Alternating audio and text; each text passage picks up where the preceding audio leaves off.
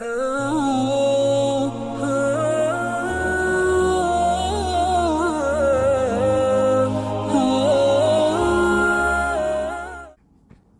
علیکم to all, hope you are all well. دعا کر لیتے ہیں. وعلیکم السلام. اعوذ باللہ من الشیطان الرجیم، بسم اللہ الرحمن الرحیم. اللہم ارنا الاشیاء کما ہی، اے اللہ ہمیں چیزیں ویسی دکھائیے جیسی وہ ہیں. اللہم ارنا الحق حقا وارزقنا اتباعہ وارنا الباطل باطلا وارزقنا اجتنابہ. اے اللہ ہمیں سچ کو سچ دکھائیے اور اس کی پیروی کرنے کی توفیق عطا فرمائیے، اور اے اللہ ہمیں غلط کو غلط دکھائیے اور اس سے بچنے کی توفیق عطا فرمائیے. اللہم انفعنا بما علمتنا وعلمنا ما ینفعنا وزدنا علما. اے اللہ ہمیں فائدہ پہنچائیں اس علم سے جو ہم حاصل کریں، اور ہمیں وہ علم سکھائیں جس سے ہمیں فائدہ ہو، اور ہمیں علم میں بڑھائیں. آمین یا رب العالمین. So, in the last class we were studying Surah Naziyat, and we had done it up till ayat number 27. تو آج انشاءاللہ آیت 27 سے ہم شروع کریں گے till the end of the surah. اعوذ باللہ من الشیطان الرجیم، بسم اللہ الرحمن الرحیم.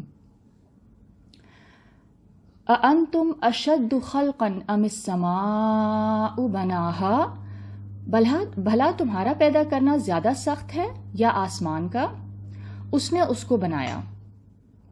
رفع سمکها فسواها، اس کی چھت کو بلند کیا اور اسے درست بنایا. وَأَغْطَشَ لَيْلَهَا وَأَخْرَجَ ضُحَاهَا، اور اس کی رات کو ڈھانپا اور اس کے دن کو ظاہر کیا. یہاں پر جیسے ہم نے لاسٹ کلاس میں بھی بات کی تھی کہ قرآن نے جو ایکسٹرنل ورلڈ ہے، جو خارجی کائنات ہے، اور جن نعمتوں کو انسان انجوائے کرتا ہے، جن سے وہ فائدہ اٹھاتا ہے، ان کو پیش کیا، اور پھر قیامت یا آخرت کی ضرورت اور اس کی امپورٹنس اور اس کی پاسبلٹی، یعنی اس کی جو پاسبلٹی آف اکرنس ہے، اس کا ممکن الوقوع ہونا، اس کو بیان کیا. ٹھیک ہے، یعنی جو کچھ انسان دیکھ رہا ہے، جو کچھ اس کی آبزرویشن میں ہے، اور جو انجوائے وہ کر رہا ہے، جو بلیسنگز نیچر کی جو وہ انجوائے کر رہا ہے، تو اس کو قرآن نے پریزنٹ کیا ایز ایویڈنس دیٹ یہ سب چیزیں خود اس بات کا ثبوت ہے کہ قیامت جو ہے اور جو آخرت ہے اس کی ضرورت ہے، اشد ضرورت ہے، کیونکہ کچھ لوگ ان نعمتوں کو صحیح طریقے سے استعمال کر رہے ہیں اور دوسروں کو بھی بینیفٹ پہنچا رہے ہیں، اور کچھ لوگ ان نعمتوں کو ضائع کر رہے ہیں اور اس سے ایول کام کر رہے ہیں. تو ان دونوں کا انجام برابر نہیں ہونا چاہیے. تو اس لیے یہ سب چیزیں کس طرف پوائنٹ کرنی ہیں، یہ کہ ایک ایسا دن آنا چاہیے جہاں پہ اچھوں کو ان کی اچھائی کا بدلہ ملے بھرپور طریقے سے، اور جن لوگوں نے شر کیا، جنہوں نے ایول پھیلایا اس دنیا میں، ان کو اس کا بدلہ ملے بھرپور طریقے سے. تو یہاں پہ اگین اللہ تعالیٰ نے یہاں پہ آسمان کی تخلیق کی بات کی، اور یہ فرمایا کہ ان تینوں آیتوں میں اللہ تعالیٰ نے آسمان کی تخلیق اور پھر جو انسان کو جو فائدے حاصل ہو رہے ہیں ان کا ذکر کیا. تو آسمان سے آپ یہ یاد رکھیں، جب قرآن پاک السماء کی بات کرتا ہے، آسمان کی بات کرتا ہے، so it is referring to all that is above us. ٹھیک ہے، it's not a term which is pointing to just this sky or the other skies اور دا گیلیکسیز، کیونکہ ہم اس کو اب سائنٹیفکلی اگر سمجھیں تو قرآن صرف اس چیز کی بات کر رہا ہے جو انسان کی آبزرویشن میں ہے. So everything that is above us is السماء، از آسمان. ٹھیک ہے، اینڈ جو کچھ ارض جس کو قرآن کہتا ہے، زمین جس کو قرآن پاک کہتا ہے، وہ it's whatever is beneath us. ٹھیک ہے، تو یعنی یہ جو کچھ ہے آسمان اور زمین میں، جو لوگ آخرت کو اور دوبارہ زندہ ہونے کو ناممکن سمجھ رہے تھے، ان کی اٹینشن اس طرف مبذول کرائی جا رہی ہے کہ جس خدا نے اس پورے سلسلہ کائنات کو پیدا کیا ہے، اس کے لیے تمہیں دوبارہ پیدا کرنا بالکل مشکل نہیں ہے، اس کے لیے بہت آسان ہے. یہ اتنا بڑا پروجیکٹ اس خدا تعالیٰ نے جس کو وجود میں لے کے آیا، اتنی بڑی بڑی چیزوں کو کریٹ کیا، تو تمہیں دوبارہ پیدا کرنا بالکل مشکل نہیں ہے. اسی طرح اس کائناتی نظام سے جو تمہیں فائدہ حاصل ہو رہا ہے، جتنے فائدے تم اٹھا رہے ہو، ان کے بارے میں جو ہے باز پرس ہوگی، اور اس کے لیے پھر ایک دن بہت ضروری ہے.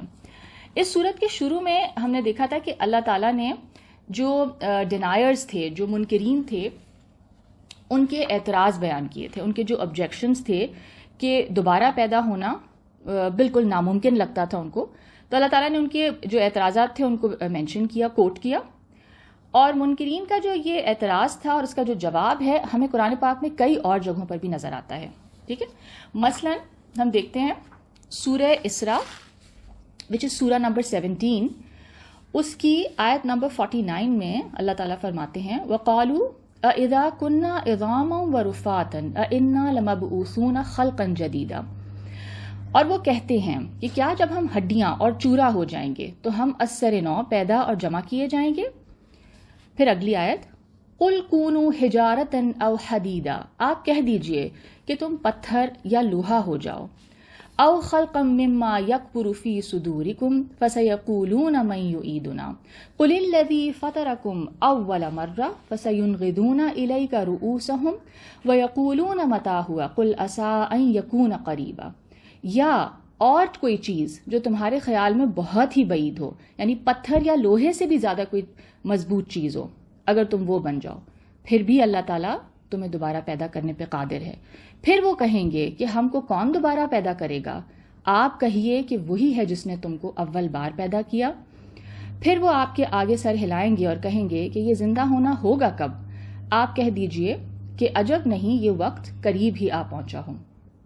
اسی طرح ہم دیکھتے ہیں سورہ غافر وچ از سورہ نمبر 40، اس کی آیت نمبر 57 میں لَخَلْقُ السَّمَاوَاتِ وَالْأَرْضِ أَكْبَرُ مِنْ خَلْقِ النَّاسِ وَلَكِنَّ أَكْثَرَ النَّاسِ لَا يَعْلَمُونَ. آسمانوں اور زمین کا پیدا کرنا انسانوں کے پیدا کرنے سے یقیناً بڑھ کر ہے، لیکن اکثر انسان اتنی بات بھی نہیں سمجھتے. ٹھیک ہے، تو یہ جو ان کے اعتراضات تھے ان کا جواب ہمیں نظر آتا ہے کہ اللہ تعالیٰ نے کئی جگہ پہ جواب دیا. اور یہاں پہ بھی یہی بات ہو رہی ہے کہ تمہارا پیدا کرنا زیادہ مشکل ہے یا آسمان کا پیدا کرنا. ٹھیک ہے، تو لاجکلی اس کو سوچو. پھر آیت 30 میں اللہ تعالیٰ فرماتے ہیں وَالْأَرْضَ بَعْدَ ذَلِكَ دَحَاهَا، اور اس کے بعد زمین کو بچھایا، زمین کو ایون کیا تمہاری ہیبیٹیشن کے لیے. أَخْرَجَ مِنْهَا مَاءَهَا وَمَرْعَاهَا، اور اس سے اس کا پانی اور اس کا چارہ نکالا. وَالْجِبَالَ أَرْسَاهَا، اور پہاڑوں کو قائم کر دیا. ٹھیک ہے، پہاڑوں کا ذکر ہے یہاں پہ. مَتَاعًا لَكُمْ وَلِأَنْعَامِكُمْ، یہ سب تمہیں اور تمہارے مویشیوں کو فائدہ پہنچانے کے لیے ہے. اب یہ پہاڑوں کا ذکر قرآن پاک میں اگین بہت جگہ پہ آیا ہے. I'm going to quote a few آیات جہاں پہ اس کو مینشن کیا ہے اور تھوڑی سی اس پہ مزید بات ہوئی ہے، یعنی پہاڑوں کو زمین پر رکھنے کا مزید ذکر بھی ہے اور اس کا مقصد. تو یہ ہم دیکھتے ہیں سورہ نحل کی آیت نمبر 16، سورہ نمبر 16 ہے سورہ النحل، اور اس کی آیت نمبر 15 ہے. وَأَلْقَى فِي الْأَرْضِ رَوَاسِيَ أَن تَمِيدَ بِكُمْ وَأَنْهَارًا وَسُبُلًا لَعَلَّكُمْ تَهْتَدُونَ، اور اس نے زمین میں پہاڑ رکھ دیے ہیں تاکہ وہ تم کو لے کر ڈگمگانے نہ لگے، یعنی ڈولنے نہ لگے وہ زمین، اور دریا اور راستے بنا دیے تاکہ تم راہ پاتے رہو اور علامتیں بھی. اسی طرح سورہ انبیاء وچ از سورہ نمبر 21، اس کی آیت نمبر 31 میں اللہ تعالیٰ فرماتے ہیں وَجَعَلْنَا فِي الْأَرْضِ رَوَاسِيَ أَن تَمِيدَ بِهِمْ وَجَعَلْنَا فِيهَا فِجَاجًا سُبُلًا لَعَلَّهُمْ يَهْتَدُونَ، اور ہم نے زمین میں پہاڑ اس لیے رکھ دیے کہ وہ لوگوں کو لے کر ہلنے نہ لگے، اور ہم نے اس میں کشادہ راستے بنا دیے تاکہ لوگ راستہ پاتے رہیں. اب یہ سب انتظام جب انسان دیکھتا ہے، جب انسان یہ سارا سسٹم ان پلیس دیکھتا ہے جس سے انسان اور اس کے جانور، اس کے مویشی سب فائدہ اٹھا رہے ہیں، اور پھر انسان یہ دیکھتا ہے کہ کچھ لوگ ان نعمتوں کا غلط استعمال کر رہے ہیں اور کچھ لوگ ہیں جو اس کا بہت اچھا استعمال کر رہے ہیں، تو ان دونوں کا انجام فرق ہونا چاہیے. اور اسی لیے اللہ تعالیٰ قیامت کا دن برپا کریں گے. تو اس سے یہ قیامت کی پاسبلٹی اور اس کا ضروری ہونا اسٹیبلش کیا جا رہا ہے. آیت نمبر 34 سے اب دیکھتے ہیں فَإِذَا جَاءَتِ الطَّامَّةُ الْكُبْرَى، سو جب وہ بڑا ہنگامہ آئے گا، يَوْمَ يَتَذَكَّرُ الْإِنسَانُ مَا سَعَى، یعنی جس دن انسان اپنے کیے ہوئے کو یاد کرے گا. وَبُرِّزَتِ الْجَحِيمُ لِمَن يَرَىٰ، اور ہر دیکھنے والے پر دوزخ ظاہر کر دی جائے گی. فَأَمَّا مَن طَغَىٰ، تو جس کسی نے سرکشی کی ہوگی. وَآثَرَ الْحَيَاةَ الدُّنْيَا، اور دنیاوی زندگی کو ترجیح دی ہوگی. فَإِنَّ الْجَحِيمَ هِيَ الْمَأْوَىٰ، سو ایسے کا ٹھکانہ بس دوزخ ہی ہوگا. وَأَمَّا مَنْ خَافَ مَقَامَ رَبِّهِ وَنَهَى النَّفْسَ عَنِ الْهَوَىٰ، اور جو کوئی ڈرا ہوگا اپنے پروردگار کے سامنے کھڑا ہونے سے اور نفس کو خواہش سے روکا ہوگا. فَإِنَّ الْجَنَّةَ هِيَ الْمَأْوَىٰ، تو ایسے کا ٹھکانہ جنت ہی ہے. اچھا، اب یہاں پہ ہم دیکھتے ہیں کہ اس دن کی اگین کچھ منظر کشی کی گئی ہے. ٹھیک ہے، یعنی ڈسکرائب کیا جا رہا ہے کہ وہ دن کیسا ہوگا. تو سب سے پہلے جو ورڈ آیا ہے آیت 34 میں، طامہ، فَإِذَا جَاءَتِ الطَّامَّةُ الْكُبْرىٰ، وہ بڑا ہنگامہ جس کو ٹرانسلیٹ کیا گیا. طامہ جو ہے اس کے لٹرل میننگز ہیں چھا جانا، تو وہ کوئی ایسی چیز جو چھا جائے گی. ٹھیک ہے، اوور ویلم کرے گی انسان کو، ڈھانپ لے گی، کور کر لے گی، اور اس دن بہت ایکٹیویٹی ہوگی، ہلچل ہوگی. ٹھیک ہے، تو یہ سب میننگز اس ورڈ میں آتے ہیں. تو اس کے بعد اللہ تعالیٰ نے جو فرمایا کہ انسان اس دن یتذکر الانسان، یعنی انسان اس دن یاد کرے گا. اس دن اس کو اس کی میموری بہت شارپ ہو جائے گی، اس کو اپنی زندگی کے ہر کام جو اس نے اس دنیا میں کیا ہوگا وہ اس کے سامنے ہوگا اور وہ اس کو یاد کرے گا بہت ٹھیک طریقے سے. اینڈ اس کے بارے میں ہم دیکھتے ہیں کہ قرآن پاک میں، جیسے ہم نے پہلے بھی اس پہ بات کی تھی، کہ کئی جگہ پہ یہ بات مینشنڈ ہے کہ انسان کا کیا ہوا ہر ایکشن پرزرو ہو رہا ہے اس یونیورس میں. اب وہ کس طریقے سے ہو رہا ہے یہ ایگزیکٹلی نہیں بتایا گیا، but there is a system which is recording every single action of hours. ٹھیک ہے، بی اٹ گڈ اور بی اٹ بیڈ. سورہ زلزال وچ از سورہ نمبر 99، اس کی آیت نمبر 7 میں اللہ تعالیٰ فرماتے ہیں فَمَن يَعْمَلْ مِثْقَالَ ذَرَّةٍ خَيْرًا يَرَهُ، اور پھر اگلی آیت وَمَن يَعْمَلْ مِثْقَالَ ذَرَّةٍ شَرًّا يَرَهُ. سو جو کوئی ذرہ بھر بھی نیکی کرے گا اسے دیکھ لے گا، اور جس کسی نے ذرہ بھر بھی بدی کی ہوگی اسے بھی دیکھ لے گا. یعنی the smallest possible action, a good deed which you did, which you probably don't remember, اور بھی کسی کو یاد نہیں ہے، it went unnoticed even. But اللہ تعالیٰ کے اس نظام میں، اس سسٹم میں کوئی بھی چیز ان نوٹس نہیں جا رہی. ٹھیک ہے، ہر چیز ریکارڈ ہو رہی ہے. اور اسی طرح کوئی بھی چھوٹے سے چھوٹا برا کام، یعنی the smallest possible thing that you can think of، جو کہ آپ کو لگتا ہے کہ مجھ سے ایک برا کام ہوا، وہ بھی جو ہے مس نہیں ہو رہا ہے، it's not going unnoticed. اسی طرح پھر تو یعنی کہ یہ سسٹم ان پلیس ہے، اور اس چیز کے بارے میں انسان کو یقین دلایا جا رہا ہے تاکہ وہ اپنے آپ کو اکاؤنٹیبل سمجھے، اس کو یہ یقین آ جائے کہ میں that I am being watched over. ٹھیک ہے، بیکاز اکاؤنٹیبلٹی کا جو کانسیپٹ ہے وہ بہت ضروری ہے اپنے اندر ڈالنا، کہ ہم اکاؤنٹیبل ہیں، we are accountable to this higher being, to this supreme being. اور وہی جو عقیدہ ہے وہ انسان کو باندھ کے رکھتا ہے. وہ پھر آپ کی اپنی بہت ساری خواہشات ہیں جو انسان اس کی وجہ سے کنٹرول کر لیتا ہے. اسی طرح ہم دیکھتے ہیں جو آیت 36 میں بات ہو رہی ہے جہنمیوں کے بارے میں، یعنی کہ جو لوگ جہنم میں داخل ہونے کے مستحق ہو جائیں گے ان سے پھر جہنم کا پردہ ہٹا دیا جائے گا اور وہ اس کو دیکھ لیں گے، اور پھر ان کو اس میں داخل بھی کر دیا جائے گا. اور دوسرا مطلب اس کا یہ بھی ہو سکتا ہے کہ اچھے برے سب لوگ جہنم کی تباہی اور اس کی جو ہولناکی ہے اس کا مشاہدہ کر لیں گے، اس کو دیکھ لیں گے. جیسا سورہ مریم میں آتا ہے، سورہ مریم کی آیت نمبر 71 ہے، سورہ نمبر 19 اینڈ آیت نمبر 71. وَإِن مِّنكُمْ إِلَّا وَارِدُهَا كَانَ عَلَىٰ رَبِّكَ حَتْمًا مَّقْضِيًّا، اور تم میں سے کوئی بھی ایسا نہیں جس کا گزر اس تک نہ ہو، یہ آپ کے پروردگار پر لازم ہے جو پورا ہو کر رہے گا. ٹھیک ہے، پھر اس کی جو اگلی آیت ہے ثُمَّ نُنَجِّيَ الَّذِينَ اتَّقَوْا وَنَذُرَ الظَّالِمِينَ فِيهَا جِثِيًّا، پھر انہیں ہم نجات دیں گے جو اللہ سے ڈرتے تھے اور ظالموں کو اسی میں پڑا رہنے دیں گے گھٹنوں کے بل گرے ہوئے. اچھا، اب جب ہم دیکھتے ہیں آیت 37, 38 and 39, تو یہاں پہ ہم دیکھتے ہیں کہ جہنمیوں کے دو بیسک ایٹیٹیوڈز، دو ان کے جو بنیادی رویے ہیں وہ اللہ تعالیٰ نے آئیڈینٹیفائی کیے ہیں یہاں پہ. ایک تو طغا، اور جیسے اس سورہ کی بگننگ میں بھی ہم نے پڑھا تھا، اگر آپ کو یاد ہو، کہ فرعون جو تھا اس کا جو رویہ تھا وہ کیا تھا؟ That he was transgressing all limits. ٹھیک ہے، اللہ تعالیٰ نے حضرت موسیٰ کو کہا کہ اذهب الى فرعون انه طغى، آیت 17 میں، یعنی کہ فرعون کے پاس جاؤ، وہ he has crossed all limits، وہ کسی بھی لمٹ پہ رک نہیں رہا، کسی لمٹ کو ریکگنائز نہیں کرتا. ٹھیک ہے، ریبیلیس ہے وہ.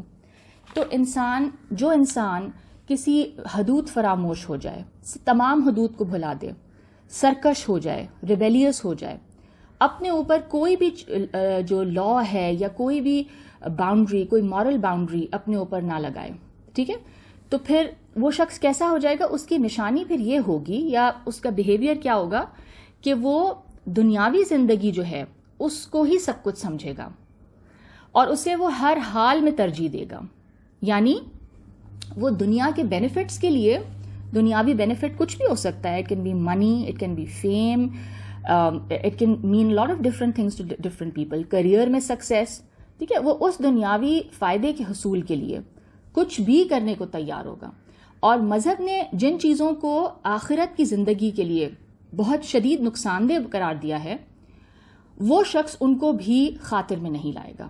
ٹھیک ہے، یعنی جب انسان کا جو دنیاوی اس کا جو ایم ہے یا گول ہے، ٹھیک ہے، وہ کلیش کرے گا with some kind of ethical boundary. ٹھیک ہے، اللہ تعالیٰ کی بتائی ہوئی کوئی حد ہے جہاں سے وہ چیز کلیش کرے گی، تو وہ شخص کیا کرے گا؟ وہ اللہ کی بتائی ہوئی حد پہ نہیں رکے گا، بیکاز اس کو وہ جو دنیاوی گول ہے وہ اس کو بہت عزیز ہے، تو وہ اس حد کو ڈس ریگارڈ کر دے گا. ٹھیک ہے، مثلا اللہ نے کہا جھوٹ نہیں بولنا یا چیٹنگ نہیں کرنی، تو وہ شخص اس گول کو اچیو کرنے کے لیے چیٹنگ بھی کر لے گا، وہ جھوٹ بھی بول لے گا، یعنی وہ ان سب مورل باؤنڈریز کو ڈس ریگارڈ کرے گا. ٹھیک ہے، تو یہ اس شخص کی نشانی ہوگی جو ریبیلیس ہوگا، اور پھر آثر الحیات الدنیا، یعنی دنیا کی زندگی ہی اس کی پریفرنس ہوگی. ٹھیک ہے، آئی ہوپ دس از کلیئر. پھر آگے ہم دیکھتے ہیں آیت 40 اور 41 جو ابھی میں نے جس کی تلاوت کی، سورہ نازعات. اس کے مقابلے میں ہم دیکھتے ہیں کہ ان لوگوں کا ذکر ہے جو جنت کو ڈیزرو کریں گے، جو جنت کے مستحق ہوں گے. اچھا، ان کی بھی دو ایٹریبیوٹس، دو صفات اللہ تعالیٰ نے بیان کر دی.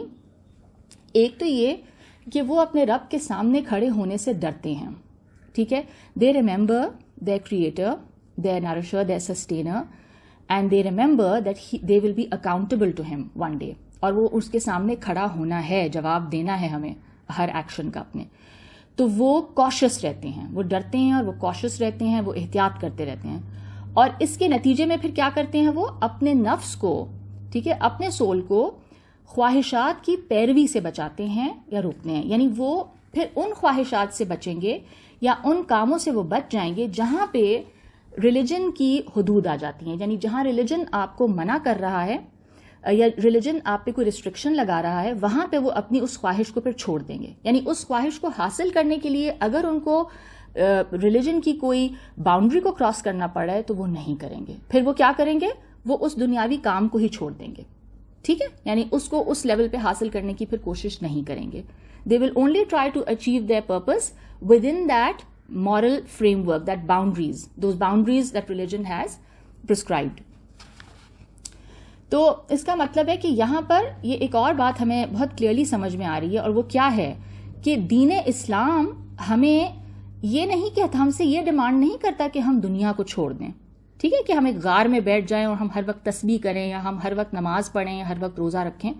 ہم سے ترک دنیا کا ہرگز مطالبہ نہیں کرتا، بلکہ وہ کیا کہتا ہے؟ وہ صرف یہ چاہتا ہے ہم سے کہ ہم آخرت کو، اپنی آخرت کو دنیا پر ترجیح دینے، یعنی یہ ڈیمانڈ کرتا ہے دین ہم سے کہ ہم آخرت کی زندگی کو دنیا پر پریفرنس دیں.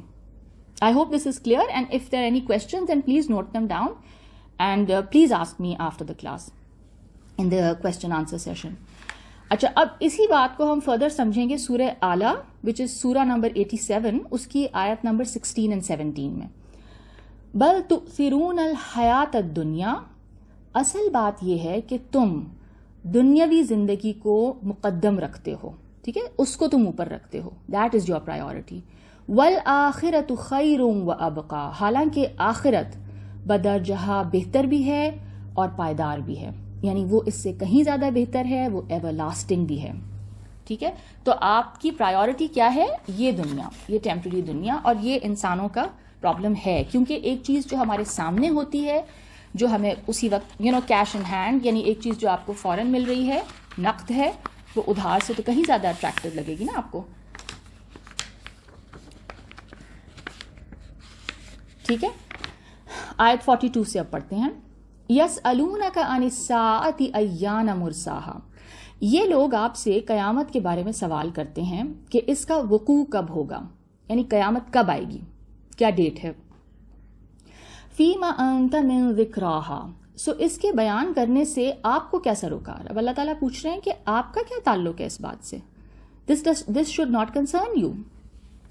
ٹھیک ہے، in 10 minutes I think we will be the meeting will end, so then you can reconnect. ٹھیک ہے، I've just got a pop up here. اِلَىٰ رَبِّكَ مُنْتَهَاهَا، اس کا مدار تو صرف آپ کے پروردگار کی طرف سے ہے. یعنی یہ جو ایریا ہے، یہ جو بات ہے، اس کا تو تعلق صرف اللہ تعالیٰ کی ذات سے ہے، اور اللہ تعالیٰ نے کسی کو اس کے بارے میں نہیں انفارم کیا. اِنَّمَا أَنْتَ مُنذِرُ مَن يَخْشَاهَا، آپ تو بس اسی کو ڈرا سکتے ہیں جو اس سے خوف رکھتا ہو.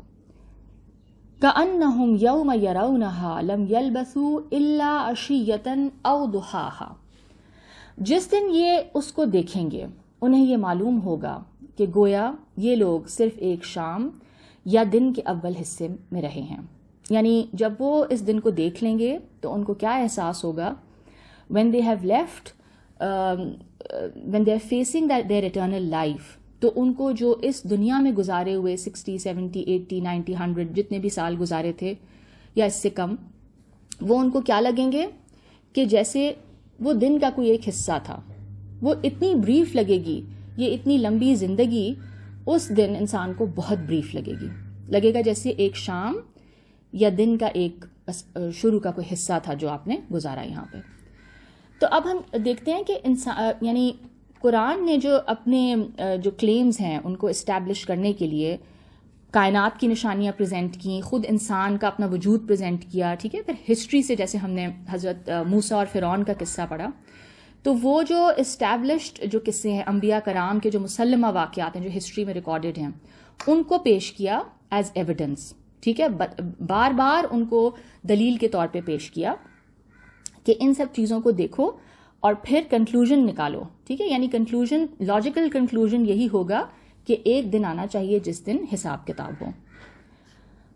تو اب یہ جو آیتیں میں نے ابھی ریسائٹ کی، ان کے حوالے سے ہم یہ دیکھتے ہیں کہ جو کافرین تھے، جو ڈینائی کرتے تھے ریزریکشن کو یا حساب کتاب کو، جواب دہی کو یا دوبارہ پیدا ہونے کو، تو ان کے پاس جب ان دلائل کا، اس ساری ایویڈنس کا کوئی جواب نہیں ہوتا تھا، تو وہ پھر کیا کرتے تھے، وہ قیامت کے واقعہ ہونے کا متعین وقت پوچھتے تھے. یعنی وہ یہ پوچھنے لگتے تھے کہ اچھا پھر بتا دو کس دن آئے گی.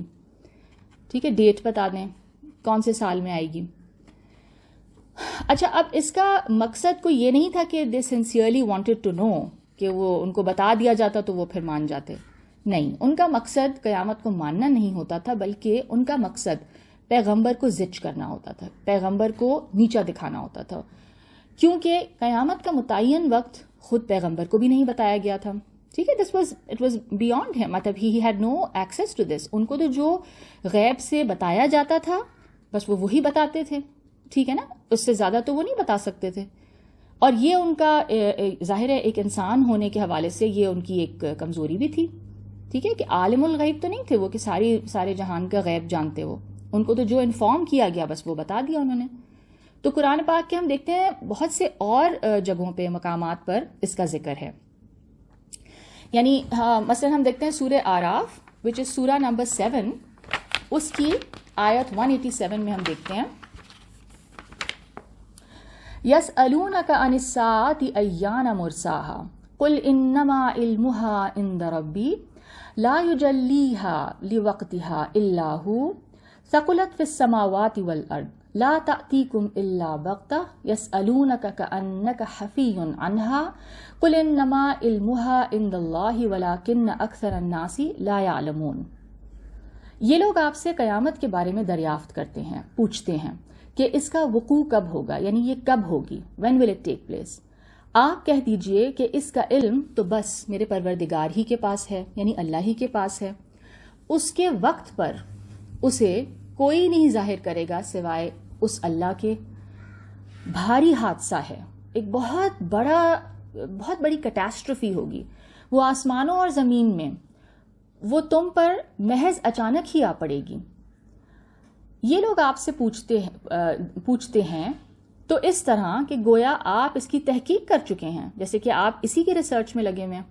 آپ کہہ دیجئے کہ اس کا علم تو بس اللہ ہی کے پاس ہے، لیکن اکثر لوگ یہ بھی نہیں جانتے. اسی طرح سورہ طٰہٰ کی آیت نمبر 15، سورہ طٰہٰ از سورہ نمبر 20، اس کی آیت نمبر 15 اللہ تعالیٰ فرماتے ہیں ان الساعۃ آتیۃ اکاد اخفیها لتجزی کل نفس بما تسعی، بلا شبہ قیامت آنے والی ہے، میں اسے پوشیدہ رکھنا چاہتا ہوں تاکہ ہر شخص کو اس کی کوشش کا بدلہ مل جائے. ٹھیک ہے، یعنی Allah has kept the time hidden, why? So that ایک ٹیسٹ ہو، یعنی جس میں کہ انسان کو نہیں پتا کہ اس کو کب تک ٹائم ہے اس کے پاس، تو تبھی تو صحیح طریقے سے جانچا جا سکتا ہے، یعنی ٹیسٹ کیا جا سکتا ہے کہ ایک انسان نے زندگی کیسے گزاری. ٹھیک ہے، یو ڈونٹ نو کہ وہ وقت کب آ جائے.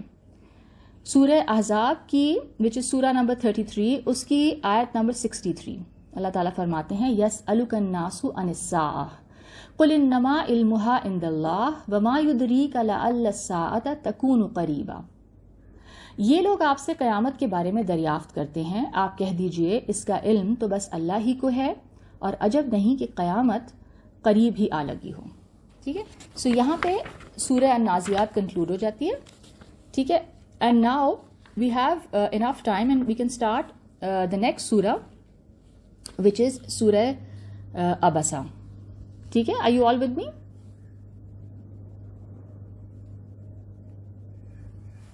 اوکے، ٹھیک ہے، سورہ عبسہ. آنسرز کر لو اگلے سورہ اسٹارٹ کرنے سے پہلے. Okay, but then that might take long. Okay چلیں، اینی کویشچنس؟ ٹھیک ہے، Aliya suggesting that we can do the question answers now, or should we do it after we done with this also? What do you all suggest? I think once and for all after you've done with both. Okay. چلیں ٹھیک ہے، پھر let's finish this because question answers might take long and then we might not be able to do this then. ٹھیک ہے، but please note down your questions and then I can come back to it. اچھا، یہ سورہ بھی this is the 80th سورہ of the Holy Quran. ٹھیک ہے، اس کی ہم آیت فرسٹ آیت سے لے کے 10th تک دیکھ لیتے ہیں. اچھا، اب میں آپ کو اس سورہ کا تھوڑا بیک گراؤنڈ بھی دے دیتی ہوں. پہلے یہ سورہ مکی ہے and I think now you are familiar with what Makki surah is, right? Makki صورت earlier period of prophethood میں ریویل ہوئی تھی، اینڈ ان کا جو مین مضمون تھا یا جو ٹاپک تھا وہ آخرت تھا، توحید، آخرت. ٹھیک ہے، انسانی اخلاق. اچھا، یہاں پہ بھی وہی مضمون ہے، آخرت ایک اور انداز سے بیان ہوا ہے. اس میں ہم دیکھتے ہیں کہ اللہ تعالیٰ نے اپنی نعمتوں کے ساتھ ساتھ، اپنی جو بلیسنگز ہیں ان کے ساتھ ساتھ خود انسان کی جو کریشن ہے اس کو بطور ثبوت پیش کیا ہے. لیکن جو سورت کی جو بگننگ ہے، جو اس کی ابتدا ہے، وہ ایک ایسے واقعے سے ہوتی ہے جس میں محمد صلی اللہ علیہ وسلم پر ایمان لانے والوں کا ذوق اور ان کا شوق اور جذبہ، اور جو ڈینائرز تھے، جو منکرین تھے، ان کا کیئرلیس ایٹیٹیوڈ یا ان کا لاؤبالی پن اور ان کا نان سیریس ایٹیٹیوڈ، ان کا غیر سنجیدہ رویہ، وہ سب ظاہر ہوتا ہے.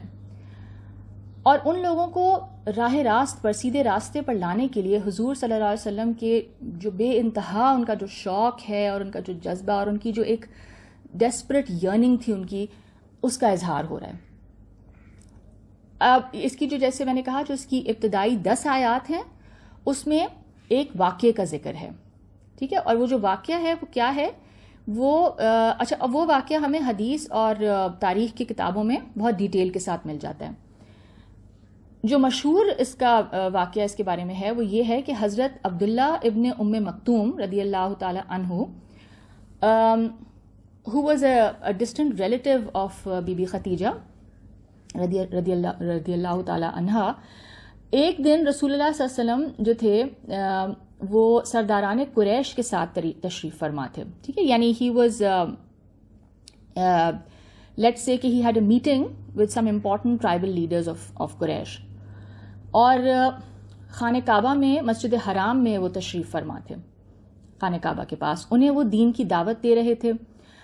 اچھا اس دوران یہی صحابی جن کا میں نے نام لیا ابھی, عبداللہ ابن ام مکتوم, یہ محفل میں آئے اینڈ دین ہی انٹرپٹڈ رسول اللہ صلی اللہ علیہ وسلم.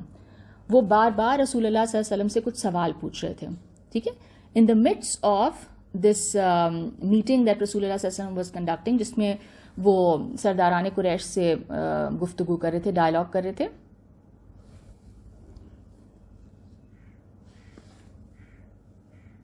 کٹ گیا.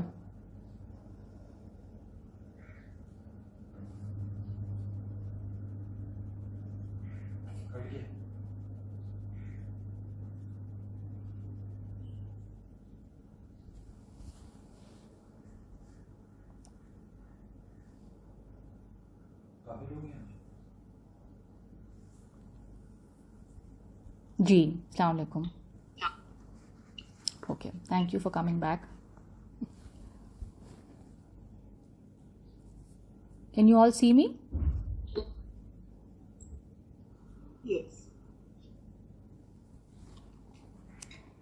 تو یہ جیسے میں ابھی بات کر رہی تھی before we got cut off کہ رسول اللہ صلی اللہ علیہ وسلم was in conversation, was in a meeting with the tribal leaders of قریش, ٹھیک ہے, اور ان کے نام بھی آتے ہیں شان نزول میں جو احادیث ہیں. اینڈ ان کے ساتھ ایک بہت امپورٹنٹ میٹنگ تھی جس میں رسول اللہ صلی اللہ علیہ وسلم ان کو دین کے بارے میں بتا رہے تھے.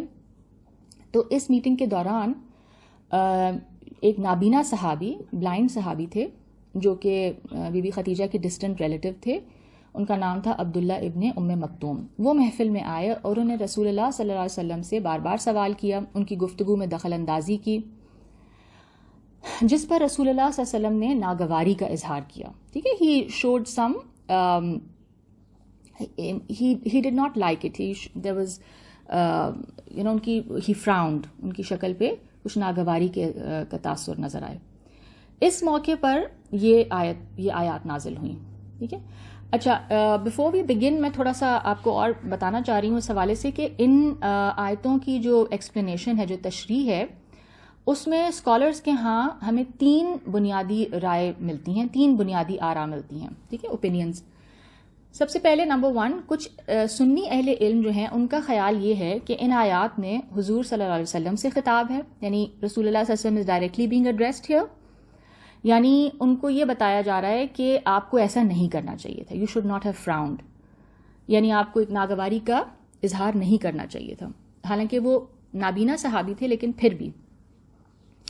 تو اس نقطۂ نظر کی روح سے پھر ان آیات میں جو ایڈریس ہے وہ بھی رسول اللہ صلی اللہ علیہ وسلم کو کیا جا رہا ہے, اور ایڈمونیشن جو ہے یعنی جو عتاب ہے, جو ڈانٹ ہے, اس کا رخ بھی پیغمبر صلی اللہ علیہ وسلم کی طرف ہے, ٹھیک ہے. یہ کچھ اہل سنت جو سنی اہل علم جو ہیں ان کا یہ اوپینین ہے.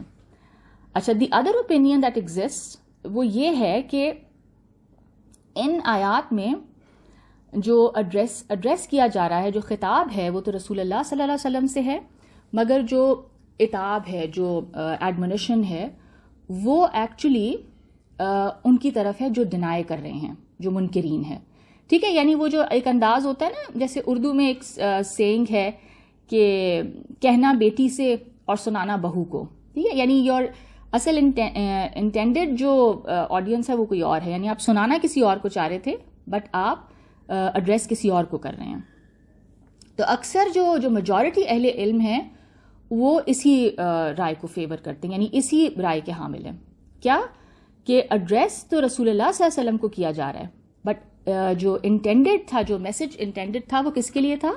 وہ ان ڈس بلیورس کے لیے تھا. اچھا، the third opinion that exist is کہ اس کے مطابق یعنی ان آیات میں خطاب اور عتاب یعنی ایڈریس اور ایڈمونیشن دونوں کسی اور سے تھا، جس کا تعلق ڈس بلیورس سے تھا. یعنی یہ جو رائے ہے یہ اہل تشیع مفسرین کی ہے، اور ان کے مطابق کوئی بنو امیہ جو تھا اس کا کوئی ایک شخص تھا جس کو یہ بہت برا لگا، اس کو ناگوار گزرا، اور اس نے یہ جو انٹرپشن تھی بار بار اس نے وہی فراؤنڈ، ٹھیک ہے، تو اس کو ڈانٹا گیا. اگرچہ جو اہل تشیع مفسرین ہیں وہ پہلے والے شان نزول کو بھی ڈینائی نہیں کرتے، ٹھیک ہے. اچھا، اگر ہم یہ مانتے ہیں کہ عبداللہ بن ام مکتوم جو ہیں یہ وہی والا شان نزول ہے ان آیات کا، تو پھر دا کویسچن ارائزز کہ کیا رسول اللہ صلی اللہ علیہ وسلم کی جو ناگواری تھی مطلب اس کی پھر کیا وجہ تھی؟ کیا آپ جو اریٹیٹ ہوئے یا جو آپ کو برا لگا اس کی وجہ یہ تھی کہ وہ جو صحابی تھے وہ ایک تو ہینڈی کیپ تھے، نابینا تھے، اور پھر وہ ان سرداروں کی جو تھی جو سوشل اور اکنامک سٹیٹس تھا وہ بہت زیادہ تھا، they were rich and he was not. تو کیا یہ وجہ تھی، یا پھر ان صحابی کا جو گفتگو میں جو بار بار انٹرپشن کرنا، ٹھیک ہے، بار بار جو مداخلت کر رہے تھے. سو دا میجورٹی آف دا مفسرین جو ہیں، جمہور مفسرین جو ہیں، ان کا رجحان دوسری وجہ کی طرف ہے. وہ یہی کہتے ہیں کہ رسول اللہ صلی اللہ علیہ وسلم کو اور آپ سے پہلے جتنے بھی نبی گزرے ہیں ان کو یہ حکم تھا کہ لوگوں میں معاشی اور معاشرتی حیثیت جو ہے یعنی سوشل اور اکنامک سٹیٹس جو ہے اس کی بنیاد پر ڈفرینشیٹ نہ کریں، اس کی بنیاد پہ تفریق نہ کریں، ٹھیک ہے. جیسے سورہ انعام میں ہم دیکھتے ہیں وچ از اس کی آیت نمبر 52 میں ہم دیکھتے ہیں، سورہ انعام وچ از سورہ نمبر 6، اس کی آیت 52 میں اللہ تعالیٰ فرماتے ہیں وَلَا تَطْرُدِ الَّذِينَ يَدْعُونَ رَبَّهُمْ بِالْغَدَاةِ وَالْعَشِيِّ يُرِيدُونَ وَجْهَهُ مَا عَلَيْكَ مِنْ حِسَابِهِمْ مِنْ شَيْءٍ وَمَا مِنْ حِسَابِكَ عَلَيْهِمْ مِنْ شَيْءٍ فَتَطْرُدَهُمْ فَتَكُونَ مِنَ الظَّالِمِينَ. اور جو لوگ صبح اور شام اپنے پروردگار سے دعا کرتے ہیں اور اس کی ذات کے طالب ہیں، اور ان کو اپنے پاس سے مت نکالو، ان کے حساب اعمال کی جواب دہی تم پر کچھ نہیں، اور تمہارے حساب کی جواب دہی ان پر کچھ نہیں، بس ایسا نہ کرنا، اگر ان کو نکالو گے تو ظالموں میں ہو جاؤ گے، ٹھیک ہے.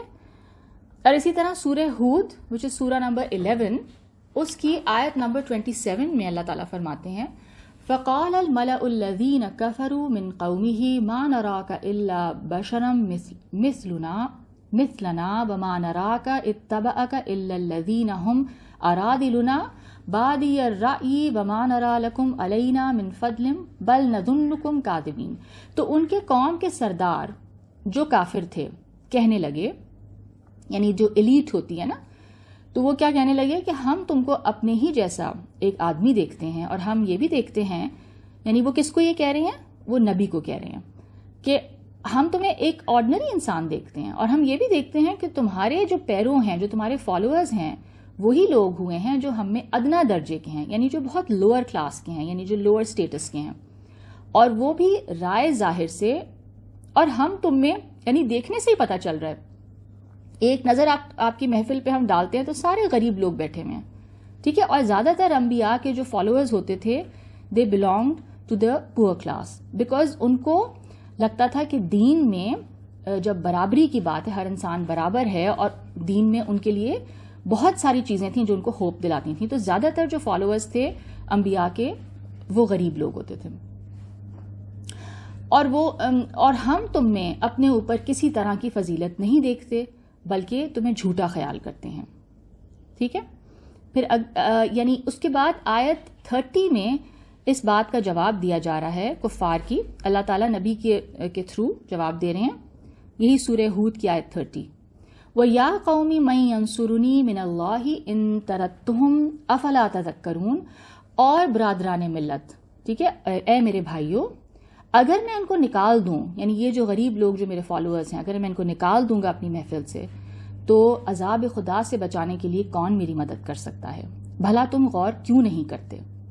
ٹھیک ہے. اینڈ دین آف کورس ہم رسول اللہ صلی اللہ علیہ وسلم کی جو اخلاقی بلندی ہے، ان کا جو اعلیٰ ترین اخلاق تھا، جس کے بارے میں قرآن نے خلق عظیم کہا ہے، کہ یعنی کہ ان کا اخلاق بہت اونچے درجے کا اخلاق تھا ان کا. ٹھیک ہے. اور تو اس اخلاقی بلندی کا بھی یہ تقاضا ہے دیٹ ڈیمانڈس کہ وہ اس بنیاد پر لوگوں میں ڈفرینشیٹ نہ کریں. یہ تو ان سے ایکسپیکٹ ہی نہیں کیا جا سکتا. اور خود رسول اللہ صلی اللہ علیہ وسلم کا اپنا جو جذبہ تھا، جو ان کی نیک نیتی تھی، ان کی جو سنسیئرٹی تھی، اور ان کی جو شدید خواہش تھی، I mean like I said his desperate yearning کہ تمام لوگوں تک اللہ کا پیغام پہنچے. اس جذبے کی وجہ سے حضور صلی اللہ علیہ وسلم نے اپنا چین، سکون، اپنا آرام، سب کچھ اپنا قربان کر دیا اس راہ میں. جیسا کہ اور جس طرح یہ تمام انبیاء کی سیرت میں ہمیں نظر آتا ہے. ٹھیک ہے. ان کی قربانیاں اور ان کی پھر سفرنگ بھی جو ہے ہمیں نظر آتی ہے. تو اسی طرح ہم یہ دیکھتے ہیں اسی بات کو سورہ کہف وچ از سورہ نمبر 18 اس کی آیت نمبر 6 میں اللہ تعالیٰ فرماتے ہیں فَلَعَلَّكَ بَاخِعٌ نَفْسَكَ عَلَىٰ آثَارِهِمْ إِن لَّمْ يُؤْمِنُوا بِهَٰذَا الْحَدِيثِ أَسَفًا. اے پیغمبر صلی اللہ علیہ وسلم، اگر یہ اس کلام پر ایمان نہ لائیں تو شاید تم ان کے پیچھے رنج غم کر کر کے اپنے آپ کو ہلاک کر دو گے. ٹھیک ہے. اللہ تعالیٰ نے رسول اللہ صلی اللہ علیہ وسلم کو کیا بتایا ہے کہ ایسا لگتا ہے کہ آپ اس غم میں اپنے آپ کو ہلاک کر دیں گے، کہ لوگ آپ کی بات نہیں سن رہے، لوگ اپنی فلاح کی طرف نہیں آنا چاہتے، اپنی بہتری نہیں چاہتے. اور یہی چیز پھر سورہ شعراء وچ از سورہ نمبر 26 اس کی آیت نمبر 3 میں ہم دیکھتے ہیں لَعَلَّكَ بَاخِعٌ نَفْسَكَ أَلَّا يَكُونُوا مُؤْمِنِينَ. اے پیغمبر صلی اللہ علیہ وسلم، شاید تم اس غم سے کہ یہ لوگ ایمان نہیں لاتے اپنے آپ کو ہلاک کر دو گے. ٹھیک ہے. اب ہم یہ آیتیں دیکھ لیتے ہیں سورہ عبسہ کی. بسم اللہ الرحمن الرحیم. عبس و تولا. پیغمبر، یہ بریکٹس میں ہے کہ یعنی ویسے تو یہاں پہ پیغمبر مینشن نہیں ہے. عبسہ کا مطلب ہے ہی فراؤنڈ. تو اس نے تھیوری چڑھائی، ہی فراؤنڈ، اور اس نے منہ پھیر لیا. ان جاءہ الاعمی، اس بات پر کہ ان کے پاس ایک نابینا آیا. نابینا یعنی بلائنڈ شخص آیا. وما یدریک لعلہ یزکا، اور آپ کو کیا خبر شاید وہ سنور ہی جاتا، شاید وہ پیوریفائی کر لیتا اپنے آپ کو. اب یعنی جب ہم دیکھتے ہیں یعنی ایک انسان، اچھا لیٹ می ریسائٹ دیز آیات فرسٹ اینڈ دین پھر ان کو ایکسپلین کرتے ہیں. ٹھیک ہے. آیت 10 تک ریسائٹ کر لیتے ہیں. او یذکر فتنفعہ الذکریٰ، یا نصیحت قبول کر لیتا، اور اس کو نصیحت کرنا فائدہ جو ہے، نصیحت کرنا فائدہ ہی پہنچاتا. ٹھیک ہے. اچھا اب جیسے میں نے آپ کو بیک گراؤنڈ دیا تو I don't think I need to repeat that. ٹھیک ہے. تو ایک نابینا صحابی تھے اینڈ ہی انٹرپٹیڈ رسول اللہ صلی اللہ علیہ وسلم. تو اللہ تعالیٰ فرما رہے ہیں کہ آپ نے ناگواری کا اظہار کیا، یو فراؤنڈ. ٹھیک ہے. And you turned your face away. اس بات پر کہ ایک نابینا آ گیا. آپ کو کیا پتا تھا کہ شاید وہ تو اپنے آپ کو پیوریفائی کرنا چاہتا تھا. ٹھیک ہے. وہ کیوں آ رہا تھا آپ کے پاس؟ وہ آپ کی بات پر ایمان لے آیا تھا. And he is very much serious about purifying himself. اور ہم یہ دیکھتے ہیں کہ یہ جو تزکیہ ہے، ٹھیک ہے، یعنی تزکیے پہ میں نے پہلے بھی بات کی تھی کہ پیوریفیکیشن، یہ ہم دیکھتے ہیں کہ اسینشلی تمام انبیاء، سارے پروفٹس کا جو مشن ہوتا ہے، جس کے لیے ان کو بھیجا جاتا ہے اس دنیا میں، وہ یہ تزکیہ نفسی ہے. یعنی وہ انسانوں کی، جیسے میں نے کہا نا، جو اسپرچول ایسپیکٹ ہے اس پہ ورک کرنے آتے ہیں. ان کے ایٹیٹیوڈز اور ان کے جو یہ اس سے ریلیٹڈ پھر جو ان کے اعمال ہیں، یعنی جو ان کی مورالٹی ہے، تو اس کے اوپر ان کا فوکس ہوتا ہے. اور وہ اسی حوالے سے انسانوں کی تربیت کرنے آتے ہیں. ٹھیک ہے. رسول اللہ صلی اللہ علیہ وسلم کے حوالے سے کئی جگہ پہ قرآن پاک میں ارشاد ہے کہ آپ کو اسی لیے بھیجا جا رہا ہے اس دنیا میں کہ آپ لوگوں کو قرآن کی تعلیم دیں اور ان کو پیوریفائی کریں. ٹھیک ہے. اور جیسے میں نے ایک اپنے پچھلے لیکچر میں یہ بھی کہا تھا کہ جیسے Shah Waliullah, one of the great scholars, he actually defined it in a way کہ دین کا بھیجنا جو ہے اس کا مقصد کیا ہے، یعنی انبیاء کو بھیجنا اور دین اسلام کا مقصد کیا ہے، پرائمری مقصد کیا ہے؟ انسانوں کو سویلائزڈ بنانا، تہذیب نفوس بشری، انسانوں کے انر سولز کو، ان کی انر بینگ کو سویلائزڈ کرنا. ٹھیک ہے، تو یہ ایک شخص آپ کے پاس آ رہا تھا اور وہ آپ کے پاس شوق سے آ رہا تھا. ٹھیک ہے، اور وہ آپ کو انٹرپٹ کیوں کر رہا تھا؟ Because he was desperate to purify himself. وہ اللہ تعالیٰ کی احکامات کو فالو کرنا چاہ رہا تھا اور اپنا تزکیہ کرنا چاہ رہا تھا. پچھلی صورت میں بھی ہم نے یہ بات کی تھی نا کہ دین کا جو مقصد ہے وہ انسان کا تزکیہ ہے.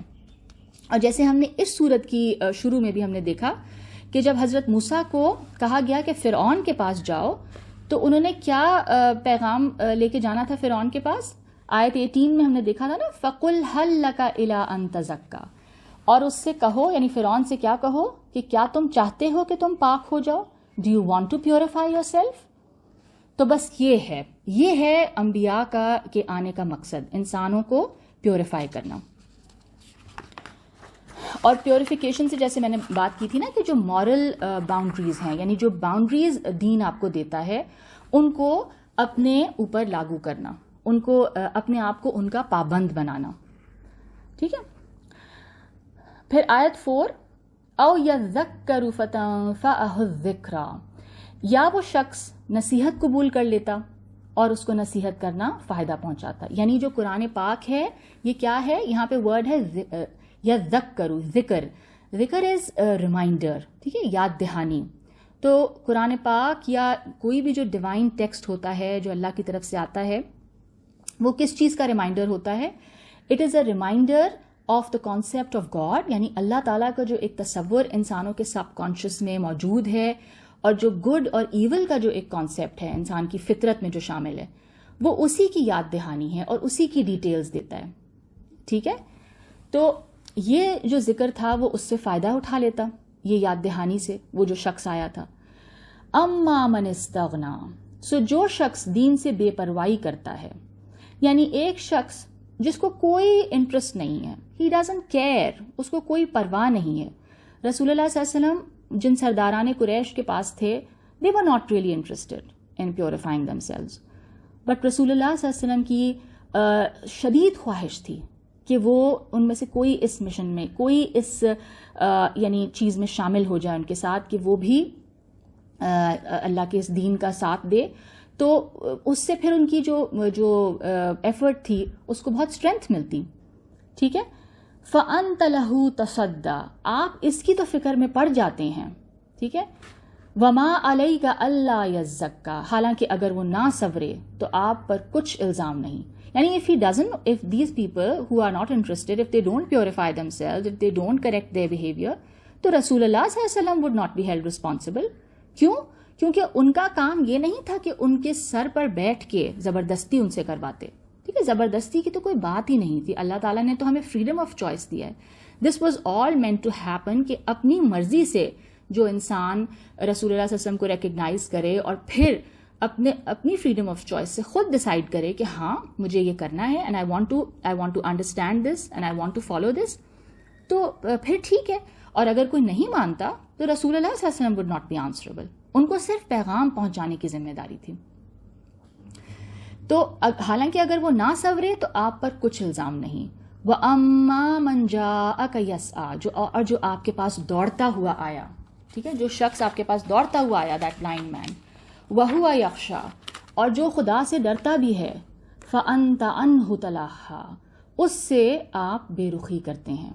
ٹھیک ہے، اب بات یہ ہے کہ یہاں پہ جیسے میں نے کہا جو میجورٹی اوپینین ہے ان آیات کے بارے میں وہ تو یہی ہے کہ رسول اللہ صلی اللہ علیہ وسلم نے فراؤن تو کیا تھا، اور وہ because obviously he was interrupted. ایک شخص جب گفتگو میں آپ ایک انٹینس ڈسکورس میں انوالوڈ ہیں اینڈ آپ اتنے کین ہیں کہ جو آپ کا آڈینس ہے وہ آپ کی بات سنیں اور آپ ان کو اچھی طرح میسج دینا چاہ رہے ہیں، اس وقت اگر آپ کو کوئی بار بار انٹرپٹ کرے گا، ویسے بھی it is not good manners.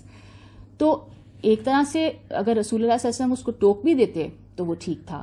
لیکن یہاں پہ جیسے میں نے کہا جس کو سنایا جا رہا ہے وہ کون ہے؟ وہ منکرین تھے، وہ کافرین تھے. ان کو کیا بتایا جا رہا ہے کہ تم لوگوں کی جو اللہ کی نظر میں تم لوگوں کی کوئی حیثیت نہیں ہے، تم اپنے آپ کو جو مرضی سمجھ لو, جو تمہارا اسٹیٹس اپنا جو تم سمجھتے ہو, جو سردار ہو قبیلوں کے, وہ بہت ایروگنٹ لوگ تھے, وہ اپنے آپ کو بہت سپیریئر سمجھتے تھے. اللہ سبحانہ و تعالیٰ از ٹیلنگ دیم کہ یہ ایک نابینا شخص, ٹھیک ہے, جس کی کوئی مالی حیثیت بھی نہیں ہے, میری نظر میں اس کی جو ویلیو اور ورتھ ہے وہ تم سب سے کہیں زیادہ ہے. کیوں؟ کیونکہ یہ میری بات سننا چاہتا ہے اور یہ ان سب چیزوں پہ عمل کرنا چاہتا ہے. ٹھیک ہے, اور پھر انشاءاللہ جو آگے آیات آئیں گی اس پہ پھر فردر ڈسکشن کر لیں گے. So I am going to end the lecture here and now you are more than welcome to ask or comment etcetera etcetera. ٹھیک ہے, اچھا, بٹ بفور آئی کنکلوڈ ایک دو دعائیں تھیں جو مجھے بہت انسپائر کر رہی تھیں اور میرا دل چاہ رہا تھا ہم کلاس میں وہ دعائیں مانگ لیں.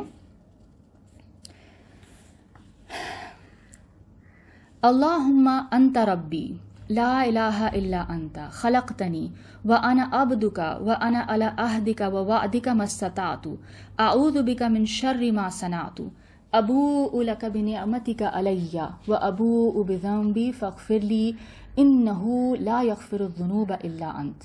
اے اللہ, تو ہی میرا رب ہے, تیرے سوا کوئی معبود نہیں. تو نے مجھے پیدا کیا اور میں تیرا بندہ ہوں, اور میں اپنی استطاعت اپنی حیثیت کے مطابق تجھ سے کیے ہوئے عہد اور وعدے پر قائم ہوں.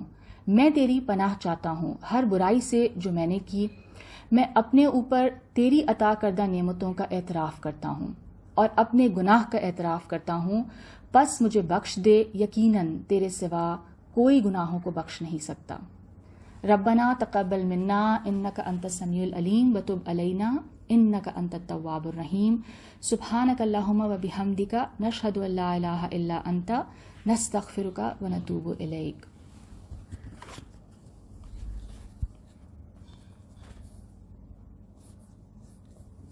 جی